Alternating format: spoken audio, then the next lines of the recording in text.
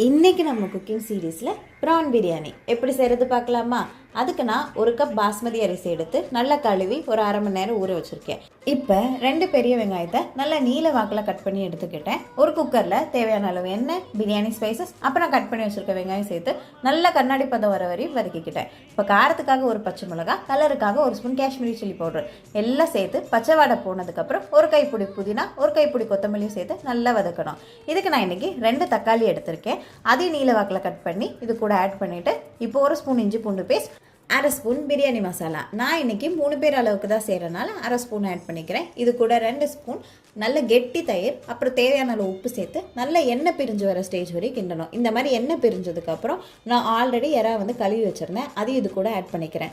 எறா நல்லா 90% வரையும் வேகணும். இதில் தண்ணி ஊற்ற வேண்டாம், ஏன்னா எறாலேருந்தே கொஞ்சம் தண்ணி வரும்.